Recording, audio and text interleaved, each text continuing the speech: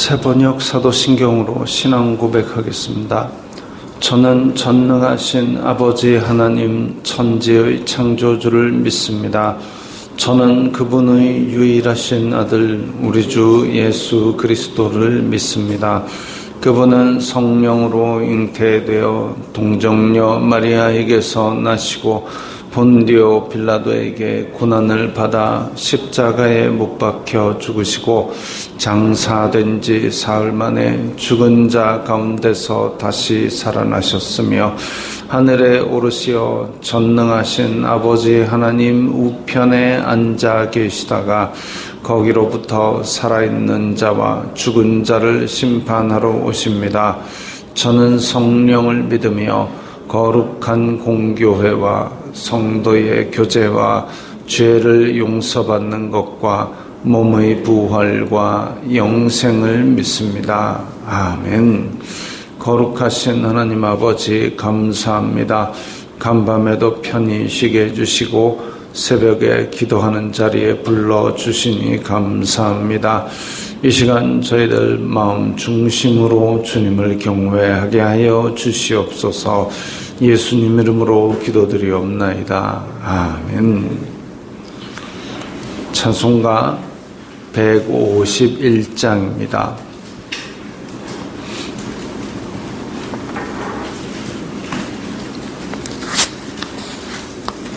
찬송가 151장입니다.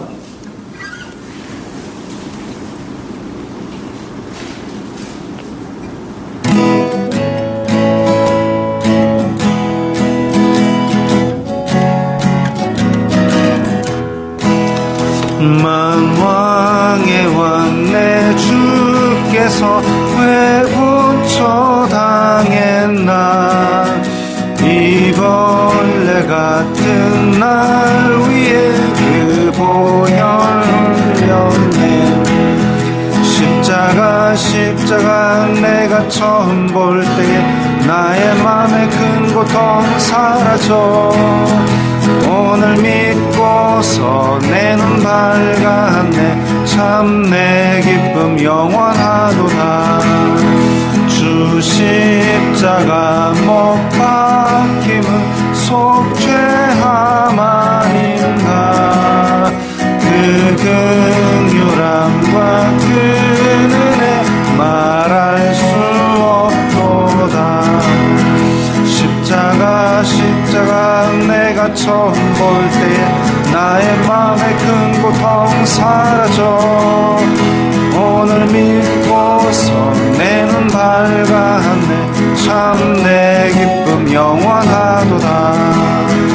늘 울어도 그 은혜 다 갚을 수 없네. 나 주님께 몸 바쳐서 주의 일 힘쓰리. 십자가 내가 처음 볼 때 나의 맘에 큰 고통 사라져. 오늘 믿고서 내 눈 밝았네. 참 내 기쁨 영원하도다. 오늘 말씀은 누가복음 22장 14절부터 20절까지의 말씀입니다. 신약성경 134면 누가복음 22장 14절부터입니다.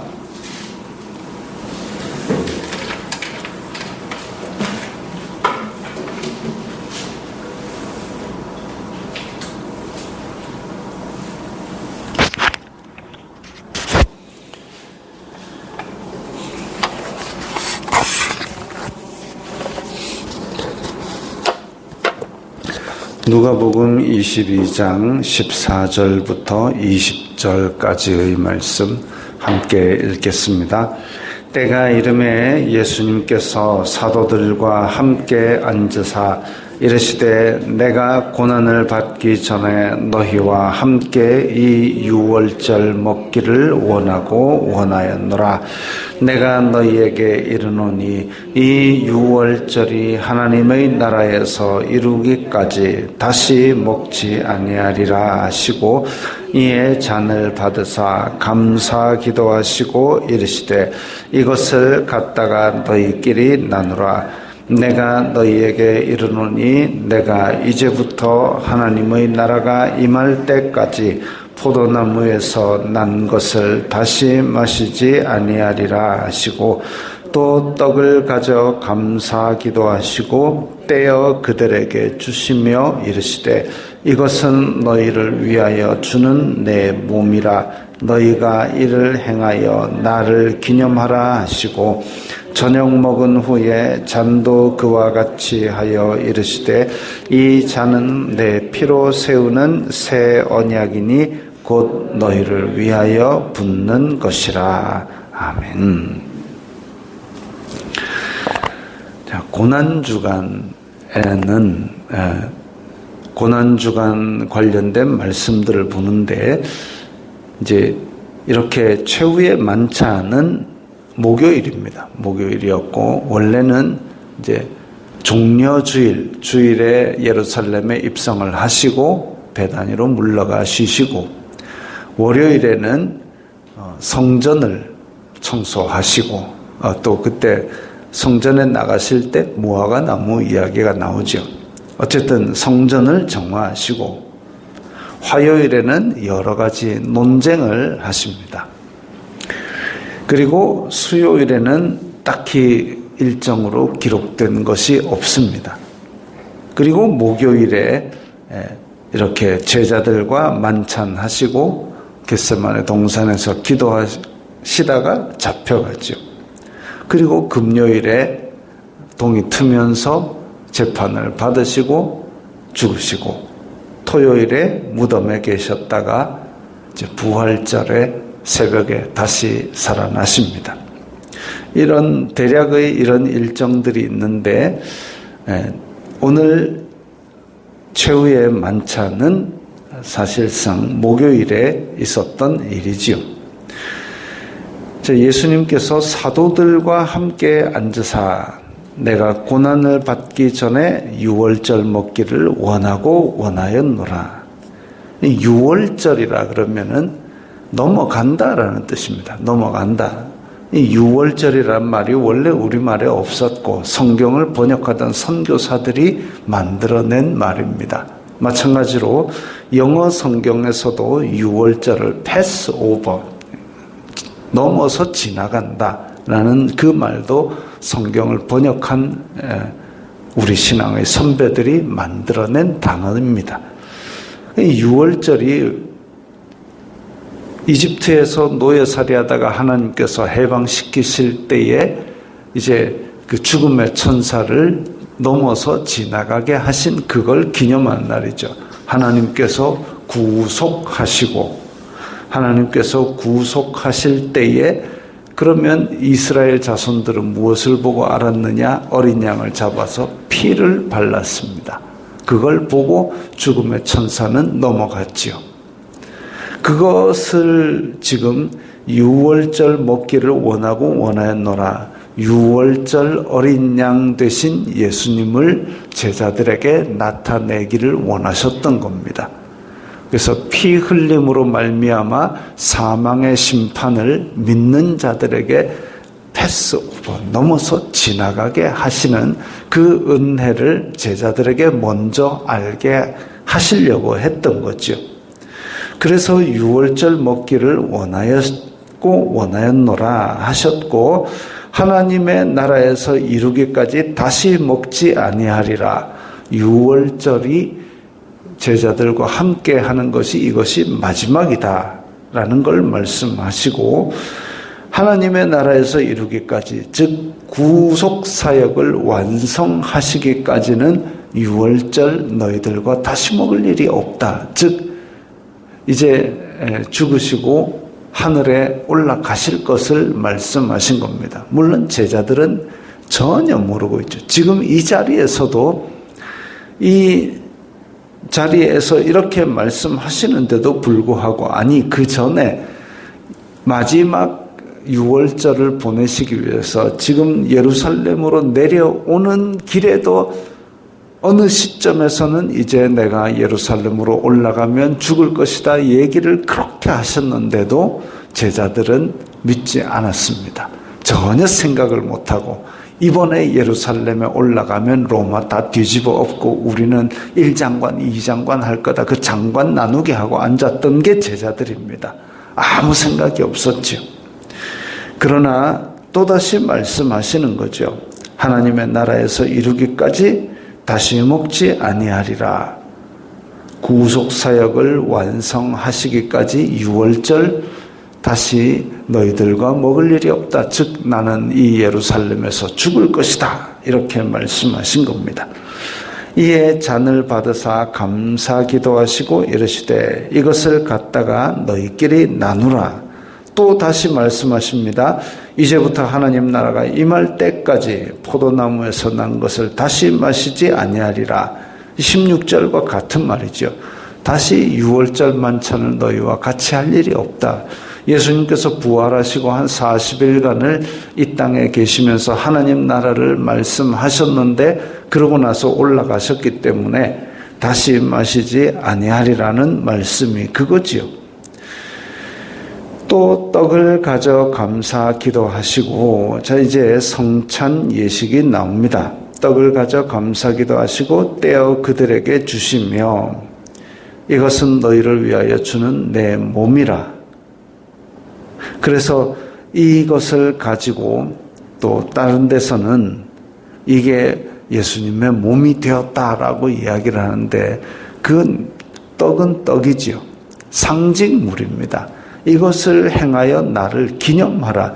기념할 수 있는 상징물로 주셨고, 그로 말미암아 우리가 예수님을 기념하는 성찬 예식을 할 때에는 여전히 떡은 떡입니다. 그러나 성령님께서 그 떡의 의미를 우리에게 알게 하시기 때문에 우리는 이걸 통해서 예수님을 기념하고 또 그것을 믿음을 굳건케 할 수 있는 그런 계기가 되는 것이지, 그 떡이 갑자기 사람의 몸이 되거나 뭐 살이 되거나 이런 건 아닙니다. 그래서 상징물이고, 이 떡을 떼어서 주시는 것, 한 몸인 떡이 떼어서 주시는 것은 이제 몸을 찢겨 죽으심으로써 우리에게 생명을 주시는 걸 말합니다. 우리가 먹게 되면 이 먹은 음식이 그대로 뒤로 나가는 게 아니라 다 분해가 되어서 우리 속에서 내가 되지요. 그것처럼 예수 그리스도의 생명이 우리 속에 들어와서 그대로 분리되어 있는 것이 아니라 다 분해되어서 그게 내가 되는 겁니다.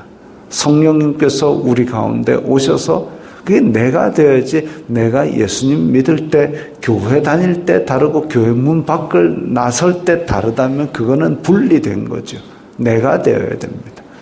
그래서 이런 떡을 떼어주시고 너희를 위하여 주는 내 몸이라 하신 것은, 이 한 몸, 교회는 한 몸인 지체이고 그것들이 다 내 믿음으로 분리되는 것이 아니라 내가 되어서 생활을 해야 되는, 이 새 생명으로 생활을 해야 되는 그것을 보여주고 있습니다.